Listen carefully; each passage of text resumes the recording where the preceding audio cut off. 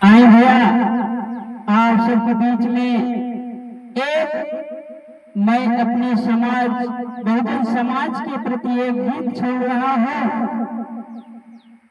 आशा है आप सबको जरूर पसंद आए। अगर पसंद आए तो इस गीत को ज्यादा से ज्यादा शेयर कीजिए। इतना शेयर कीजिए कि हमारे समाज बहुजन समाज के हर एक लोगों तक पहुंचना चाहिए। और हमारे चैनल संजय भारती को आप सब जरूर सब्सक्राइब कीजिएगा। कहना है कि गैली से कुलिया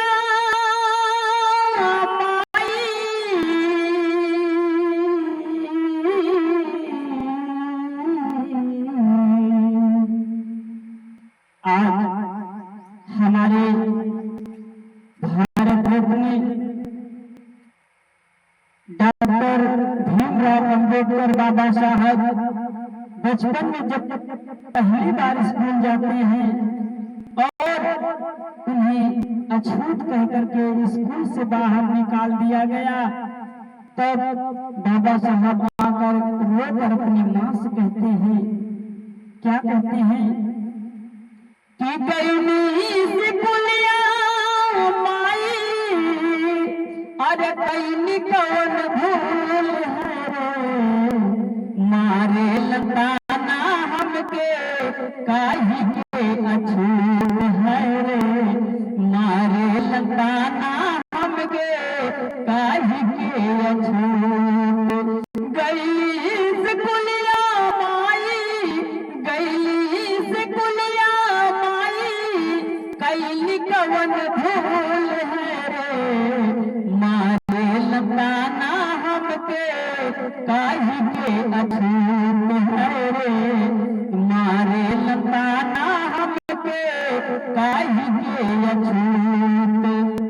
और रोई रोई बाबा साहब बतिया बताई, रोई रोई बाबा साहब बतिया बताई, अयसुआ के पोछ माई रही समझाई, रवे के पोछ माई रही समझाई।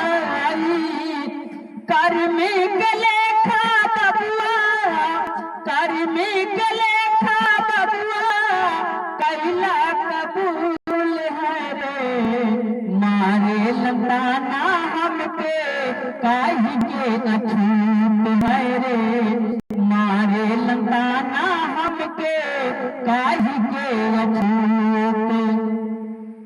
माई बतावे बेटा, अरे माई बतावे कैसे बीतल जिंदगानिया, माई बतावे कैसे बीतल जिंदगानिया।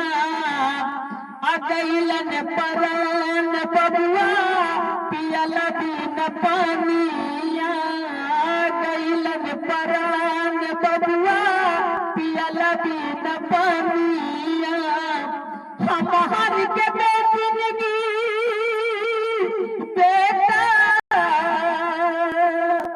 अरे हमार के जिंदगी भाईल, हमार के जिंदगी भाईल चरणन के धूल है रे, मारे लताना हमके काहे के अछूत है रे, मारे लताना हमके काहे के अछूत।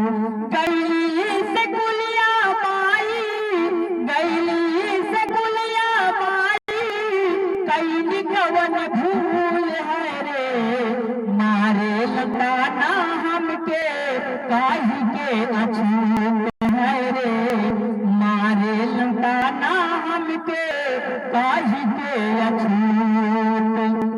अशिक्षा से बदल बमाई सब गए नसीब हो। बाबा साहब रोते हुए कहते हैं कि माँ मैं बड़ा होकर के सब अपने दलित समाज बहुजन समाज के लोगों का नसीब एक दिन मैं जरूर बदलूंगा माँ। क्या कहते हैं शिक्षा बदल बमाई सबके नसीब हो, अधिकार ले हम रही